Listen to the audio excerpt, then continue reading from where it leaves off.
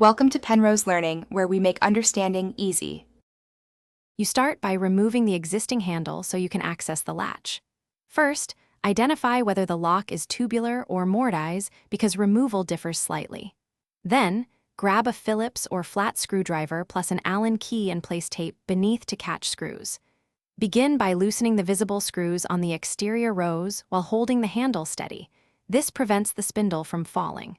Once the screws back out, pull the knob straight off and set screws aside in a rag so nothing rolls away. Now detach the latch and spindle to remove the internal components. After taking off the interior trim, unscrew the strike plate to free access. This also helps when realigning the new latch. Pull the spindle straight out while supporting the latch, then slide the latch unit out of the door edge. Inspect the hole and measure the backset. Most are 2 1/8 inches, so your replacement matches. If the faceplate screws are stripped, file a fresh seat for good engagement before installing new parts.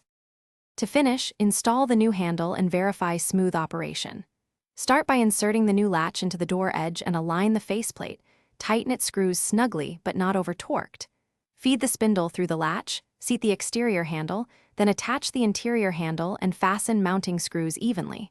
Once assembled, operate the handle and key several times to ensure smooth travel. If the latch misses the strike, adjust the strike plate laterally or file the door frame slightly. This often fixes sticking or. Thanks for watching. If this was helpful, leave a like and consider subscribing. See you next time.